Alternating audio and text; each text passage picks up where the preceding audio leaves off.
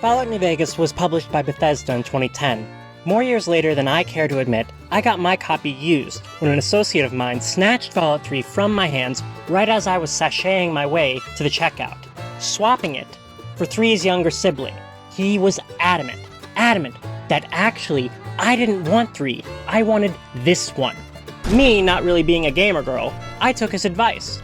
It was my first Fallout, my first trek through the post-apocalyptic American wasteland.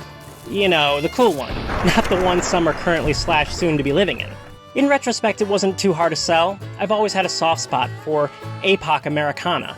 Incidentally, after 12 hours or so of playing, I was just so sick that I had to call into work for the rest of the week. In its 13 years on this earth, FONV has been regarded by many as one of the greatest video games of all time, if not the greatest. You could say it's the tops baby, though I wouldn't. I think it says something, though, that it's held in such high regard when I'm informed that much like a more recent, highly anticipated, but thus far not as universally beloved game, FONV had a rather shoddy start.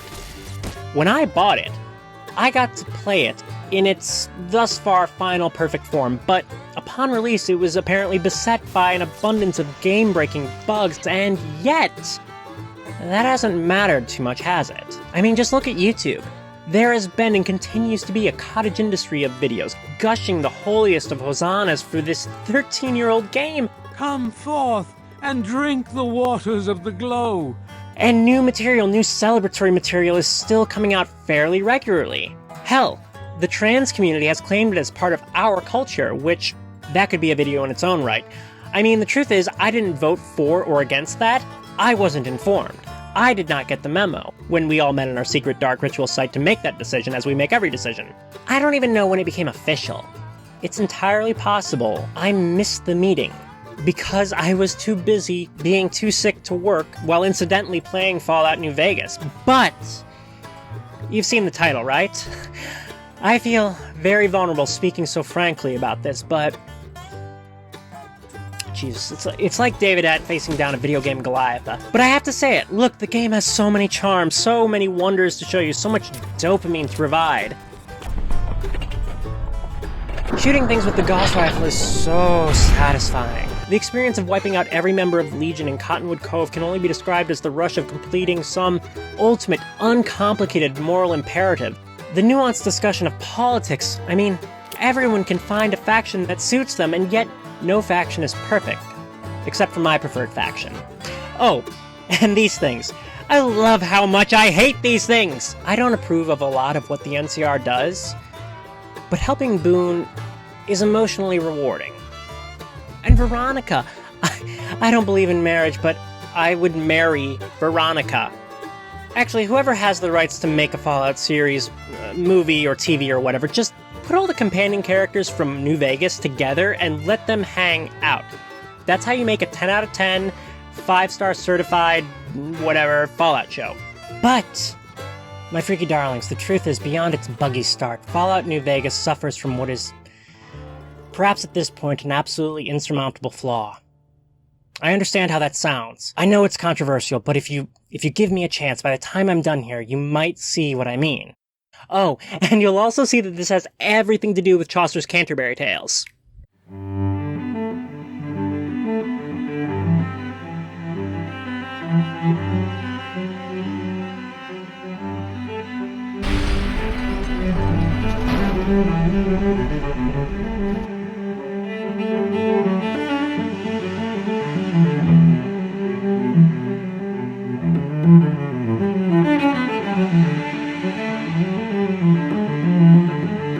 Okay, so the titles are over, there's no way around it. I gotta tell you what the insurmountable flaw is. The insurmountable flaw of Fallout New Vegas is...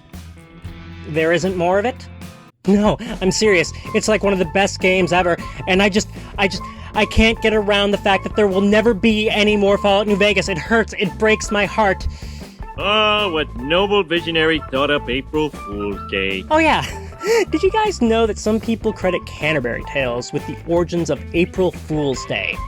Like, it's fairly contested now because the interpretation is based on a transcription error, but that's one of the first things that pops up when you search for the origins of April Fool's Day. Yes, this is an April Fool's joke, and thank you for putting up with it. But it's also an excuse to try out some new equipment, so I can justify it that way. I want to personally thank my lovable rabbit, Bula Bun Bun, for bringing this critique of Fallout New Vegas to my attention and giving me the idea for this riveting video essay. You should totally comment, like, share, subscribe, hit the bell, cause every 10 subscribers I get, Bula gets a treat, which just makes them so happy. I'm sorry, I know this video is a bit of a clickbaity tease, but the thesis is sound. Would any of you disagree with me? Look, from where you're sitting, looking at the rest of the runtime, the presentation of my thesis must seem like absolute bullshit, and that's fair, because the truth is, this video is rigged from the start. Anyway, thank you for watching. Video's gonna keep going for a little, just some gameplay footage, so this is the end. Happy April Fool's Day. Bye! By order of Caesar, all visitors must disarm and relinquish all banned items. This is your last warning. This fool challenges the Legion. Our way.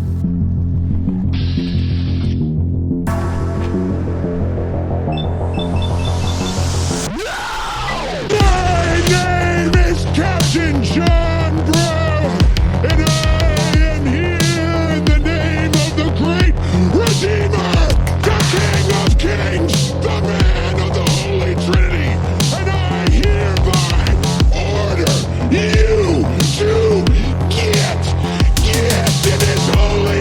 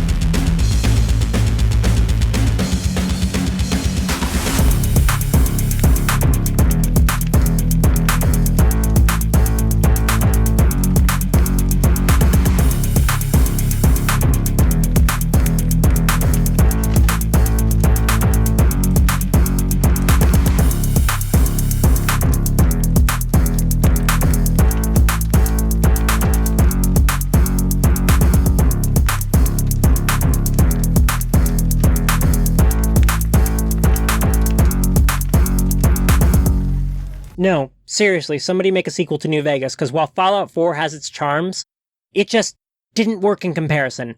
I'm not fooling around about that, nor am I fooling around about making the companions of New Vegas the protagonists of the Fallout show. I am not joking about those things. I am dead serious. IP holders, do that. Give the people what they want. More New Vegas. Now!